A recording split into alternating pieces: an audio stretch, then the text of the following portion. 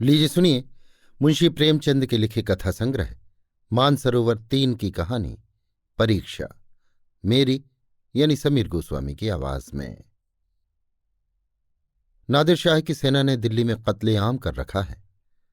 गलियों में खून की नदियां बह रही हैं। चारों तरफ हाहाकार मचा हुआ है। बाजार बंद है। दिल्ली के लोग घरों के द्वार बंद किए जान की खैर मना रहे हैं।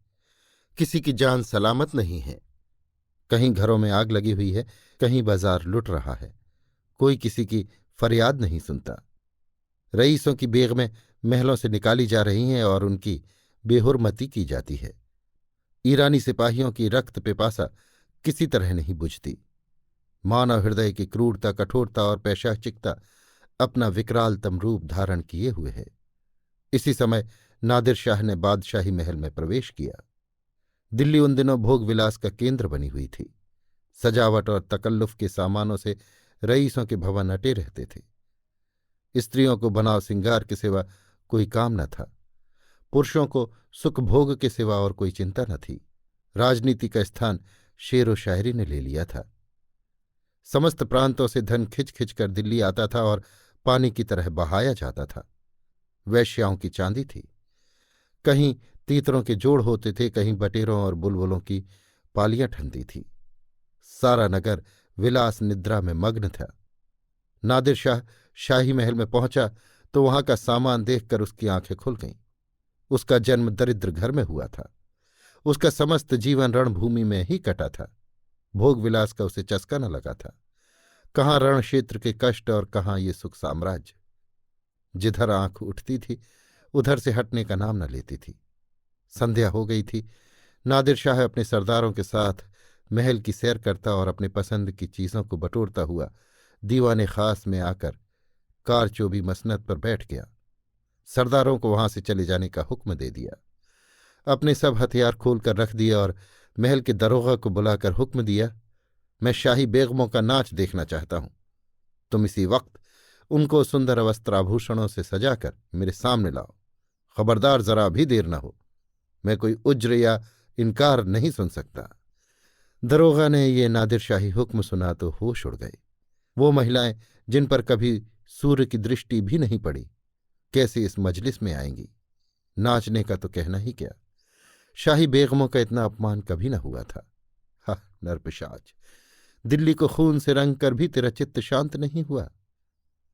मगर नादिर शाह के सम्मुख एक शब्द भी जबान से निकालना अग्नि के मुख में कूदना था।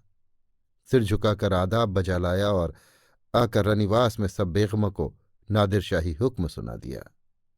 उसके साथ ही ये इत्तला भी दे दी कि जरा भी तामुल न हो। नादिर शाह कोई उज्र या हीला न सुनेगा। शाही खानदान पर इतनी बड़ी विपत्ति कभी नहीं पड़ी।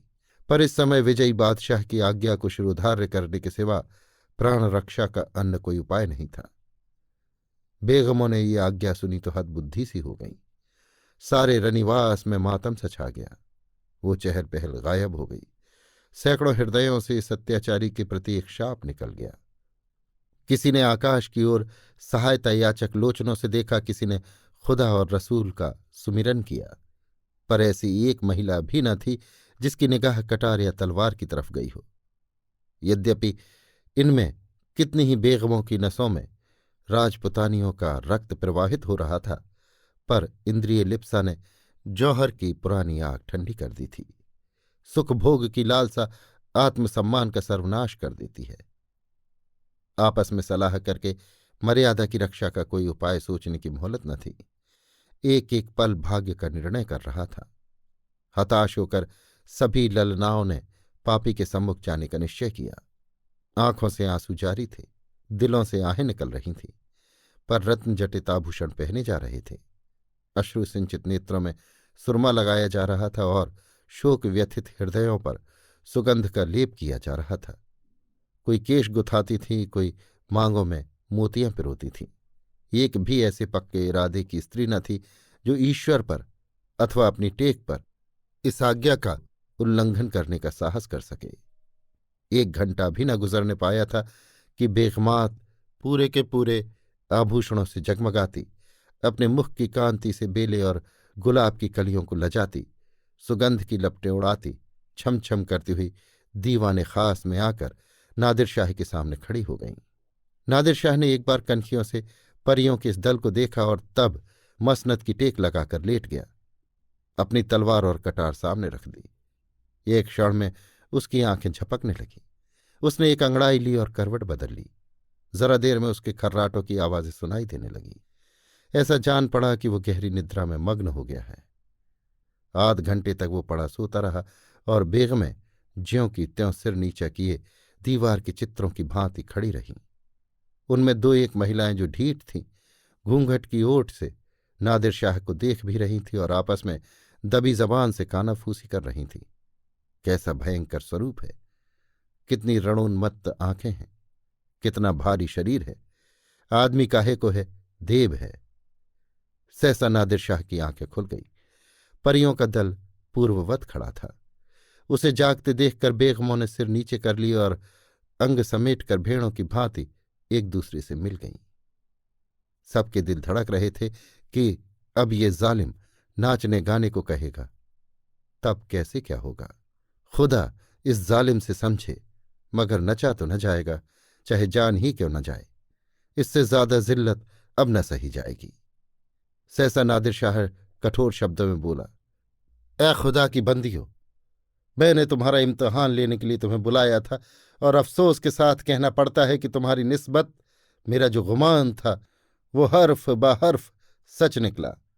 जब किसी कौम की औरतों में गैरत नहीं रहती तो वो कौम मुर्दा हो जाती है। मैं देखना चाहता था कि तुम लोगों में अभी कुछ गैरत बाकी है या नहीं, इसीलिए मैंने तुम्हें यहां बुलाया था। मैं तुम्हारी बेहुरमती नहीं करना चाहता था। मैं इतना ऐश का बंदा नहीं हूं, वरना आज भेड़ों के गल्ले चराता होता।